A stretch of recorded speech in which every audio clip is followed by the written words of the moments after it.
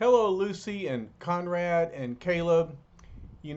For these months, we've had so much fun reading stories about Spider Man and the Fantastic Four and X Men.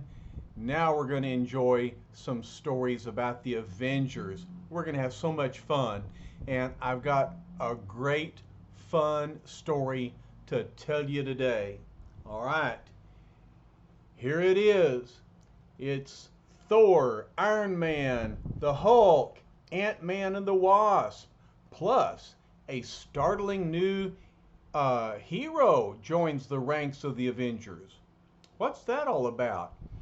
And they think you'll gasp at the identity of our mystery guest villain. Well, not much of a mystery if you know Marvel, which you do. You know who wears armor and wears a green robe.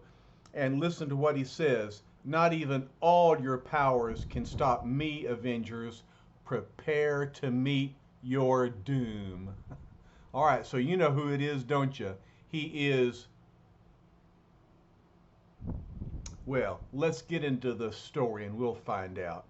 All right, page after page of pulse pounding thrills, another titanic triumph from the marvelous Marvel Age of Comics. Well, at the very beginning, we see a TV show, and here's a TV reporter. He's very famous from your papa's day. His name is Walter Cronkite, and he's telling all about the news that the Avengers have formed. He says, "Good evening, Ant-Man and the Wasp, Iron Man, the Hulk, and Thor, 5 members of that select fraternity known popularly as superheroes, today announced the formation of a team they are calling the Avengers. The New York State Attorney General's office confirms that the 5 have filed a charter stating their intent to work together, quote, to protect and safeguard the planet, Earth, its inhabitants and resources from any and all threats beyond the power of conventional forces. And so indeed, the Avengers are unconventional."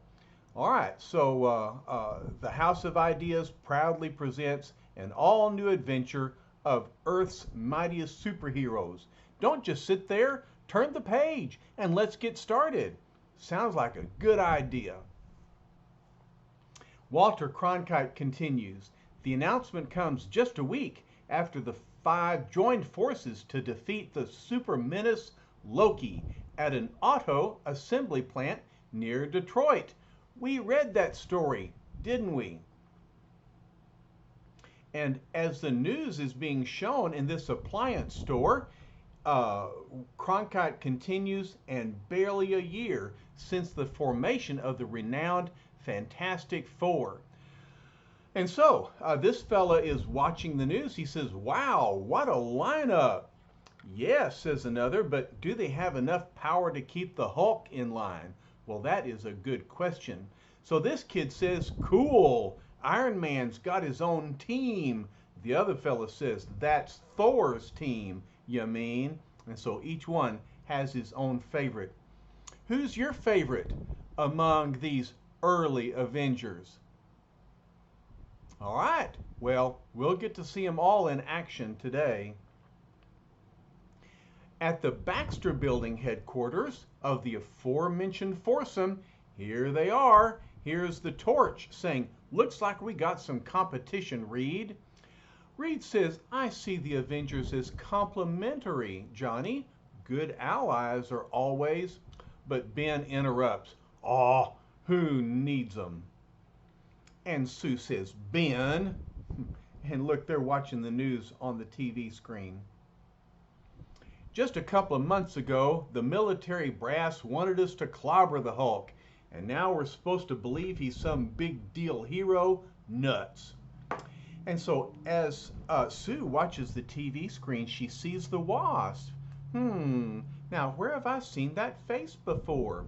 And of course, we know that's Janet Van Dyne, Maybe Sue Storm knows Janet. As the news sweeps the nation, even a certain wall crawler takes notice. Now, they tell me, says Spidey, I never would have tried to join the FF if I'd known these guys were starting up. I wonder if they're still hiring. Do you remember that story? Back in the early days when Spider-Man first got started, he tried to join the Fantastic Four. The TV news continues. At a late afternoon press conference, Iron Man confirmed reports that billionaire industrialist Anthony Stark has made his Midtown mansion available to the Avengers for their meetings. But of course, you and I know that Iron Man himself is Anthony Stark, but nobody else knows. Not even his teammates know. Scroom! Fzast! Blah! Wow, what's going on? Someone got so angry they zapped the TV screen. Well, wouldn't you know it? Here's Dr. Doom. He says this sudden proliferation of superheroes grows abhorrent. The Fantastic Four, Ant-Man, even that infernal Spider-Man have interfered with my plans for revenge, for conquest. These Avengers must be dealt with before they can become a problem. Yes, they must feel the power of Dr. Doom. Ha, what an evil man. 36 hours later, at Tony Stark's Manhattan mansion, Jarvis answers the door, and there's a military man. He identifies himself as Major Bowman of the National Security Council. I'm here to see the Avengers. Yes, sir, answers Jarvis. They are expecting you. If you will follow me. The Major says, this is bigger than I'd imagined. How big a staff does it take to maintain? If you don't mind my asking, Mr.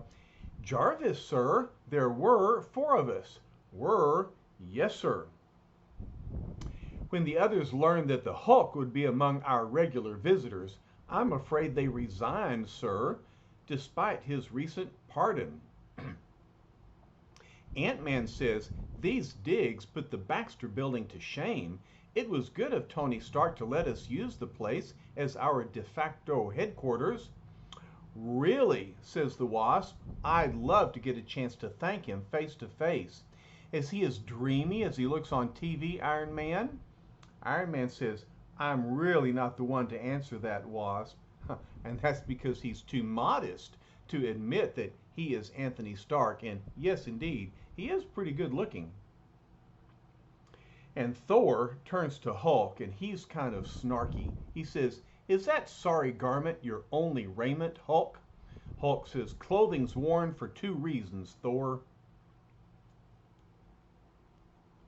Modesty and protection. I'm not modest, and I don't need any protection. Understand? Thor says, I do not care for your tone. Says Jarvis.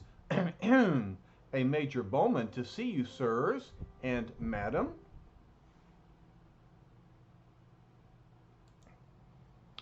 Iron Man reaches out to shake the Major's hand. Glad to meet you, Major. The Avengers stand ready to assist the government in any case of national emergency. And Thor says as an aside to Hulk, we shall settle this matter anon. I'll be waiting, long hair, says the Hulk. So they're not getting off to a very good start, are they? So Major Bowman says, I'll get right to the point.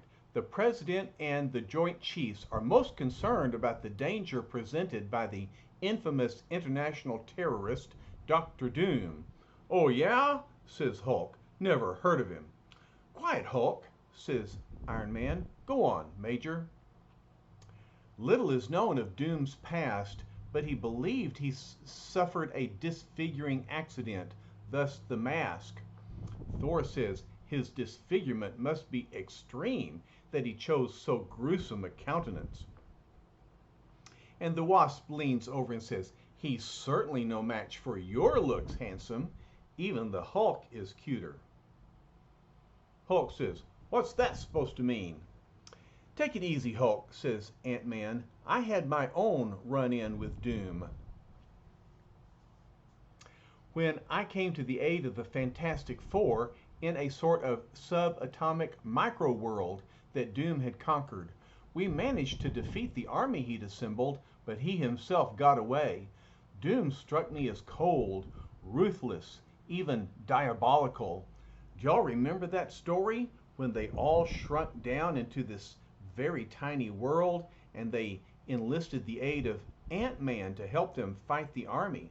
And here's a memory from that scene: Invisible Girl snatching the gun away from Dr. Doom. Major says, "That's an accurate assessment, Ant-Man. Following that escape, Doom had the audacity to demand a cabinet post. When the president ignored his demands, Doom jammed the nation's power grids. He might have brought us to our knees if the FF hadn't tracked him to his flying fortress. Doom evaded them again, but at least the crisis was averted. The craft was seized, of course. Look at this flying fortress. It looks huge, doesn't it?" And the flying fortress was impounded for further study at Fort Monmouth, New Jersey. And here are two guards at Fort Monmouth. One says, "Hey, did you hear something?" Vrrrr. So a powerful engine starts up. And "Holy cow," says a guard, "it's Doom's ship, but no one should even be aboard." Whoosh! "Stop it! Shoot it down!" Like that's gonna work. Thacka, thacka, thacka. "How? These bullets aren't even scratching it." Pacow! "Security," says one guy into his walkie-talkie. "We have a situation in Sector 5. The bird has flown the coop." All right, putting it literally. "What?" It's Major Bowman on the other end of the phone. "But how is that possible?" "Oh, I see." Iron Man asks, "Trouble, Major?" "Yes, big trouble. Doom's fortress just took off. It's headed out over the Atlantic. Doom must be behind this. He's always one step ahead of us." And Hulk says, "So what are we waiting for? It's our best lead for catching Doom." "Let's go get it." "For once we agree, Brute," says Thor. And Iron Man says, "We'll need some kind of air transport." The Major says, "Leave that to me, Iron Man." And so there go the Avengers: Hulk, Thor, Wasp, Ant-Man, and Iron Man, all following Major Bowman. In a matter of moments, New York's finest halt traffic on Manhattan's Fifth Avenue as a state-of-the-art jet copter drops from the skies to receive Earth's mightiest heroes. Iron Man says, "Heads down and step lively. The quicker we're aboard, the better our chances of catching Doom." Thor says, "The son of Odin has no need for yon conveyance. I shall accompany you in my own fashion." And he swings his hammer around and he will take off through the air. Shortly, the pilot says, "Air traffic control reports a UFO, an unidentified flying object, about a mile off of Long Beach." And so the helicopter flies along. Thor is right by its side. And inside, the Major says, "At our current speed, we should be there in no time." Iron Man says, "I'm impressed, Major. This is a Comanchero X-19, isn't it? I didn't think they were out of production yet." The pilot says, "Just took delivery last week, sir. She's one sweet bird." Okay. Hulk says, "I don't care if it has feathers and squawks, just as long as it gets me where I can lay my hands on Doom." Pilot says, "Tracking radar has picked up the bogey, Major." Major says, there it is." Oh my goodness, says Ant-Man. Ever seen anything like that, Iron Man? No, the photos don't do it justice. Hulk says, so it's big. So what? And Wasp says, it's not just big, Hulk. It's huge.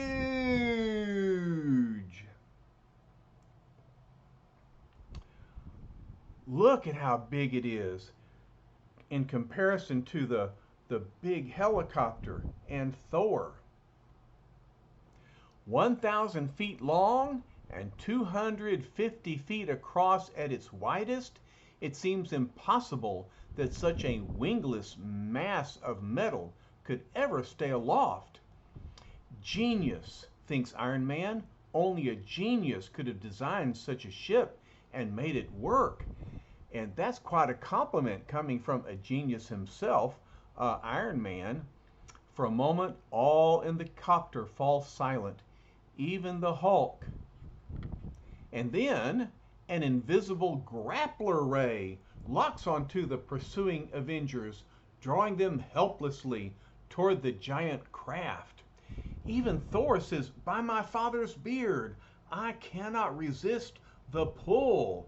And so they all are being pulled helplessly toward the flying fortress. Hulk says, resist? Why? That's where we want to go. And so he jumps out of the helicopter. He says, out of my way, pretty boy. Batoom! He knocks a hole into the side of the flying fortress. And now everybody can get in. How's that for an entrance, Goldilocks? Feel free to follow if you can catch up, says the Hulk. Thor warns, Hulk, no, we must wait for the others. Iron Man says, actually, Hulk may have the right idea, Thor. If Doom is aboard, we'll have a better chance of finding him if we fan out. Very well, says Thor. Ant-Man says, stay with the copter, Wasp. If Doom should try a flanking movement, get the Major and his pilot out of here. Oh, pooh, says Wasp. I never have any fun. And once again, the female superheroine is left behind. What's wrong with these guys? These women can do their part. Well, we'll see. Wasp will get involved later on. Just give me a moment, Wasp, says the Major, and I'll be fully loaded and ready. Ready for what, Major? Asks the Wasp. To join in the action. Oh, no, you don't. This is an Avengers mission now, so put down that gun, or I'll... Oh, psst. And look what the Major does. He shoots off the gun, and it shoots out a sleep gas. And he says, you will sleep, woman. The Major is not who we think he is. He's not a good guy. He must be helping Dr. Doom. Such is the will of Dr. Doom. So indeed, he holds the Wasp in his hand as he takes her captive. Several hundred yards away, the green-skinned man monster discovers an elliptical room. What is this? Some sort of test chamber? Something weird about the walls and floor. They shine like polished silver. Or what the? It's Teflon! I can't stand. Teflon is a real slick material, and when the room is coated with it, the Hulk slips and falls, and he can't get a grip with his hands or his feet. He just slides around. No sooner is he over the threshold than another frictionless wall seals the chamber behind him, and hidden high-pressure air jets send the Hulk spinning out of control. Voosh, shoom, fatash. And Hulk says something unprintable, but they're all spinning him around, so he is out of control. He can't get any traction and use his strength. Elsewhere in the mammoth craft, we see Thor confound that Hulk and his insufferable stubbornness. I fear we shall never be able to work as a team. But as the son of Odin passes beneath a duct, he is suddenly beset by scores of heat-seeking power spheres. What? And so these power spheres surround him, and they grow bigger, and they multiply. He says, "What madness is this? These globes swarm about me." And even though he swings his hammer about, he cannot seem to stay ahead of them. There are so many. He says these globes swarm as though alive. Dr. Doom says, "More alive than you soon shall be, Thunder God. I designed those power spheres for the purpose of destroying the entire Fantastic Four. You have hardly been a challenge at all." And so, Dr. Doom has managed to capture the Wasp and to entrap the Hulk and Thor. What about Iron Man and Ant-Man? Well, they still are free, and I'm sure they will want to attack Doom themselves. What does Doom have in store for them? Well, we'll find out when we come back to finish this story. Are y'all having fun with this Avengers story? I am, and I look forward to finishing it the next time we get together. Bye now. I love you all.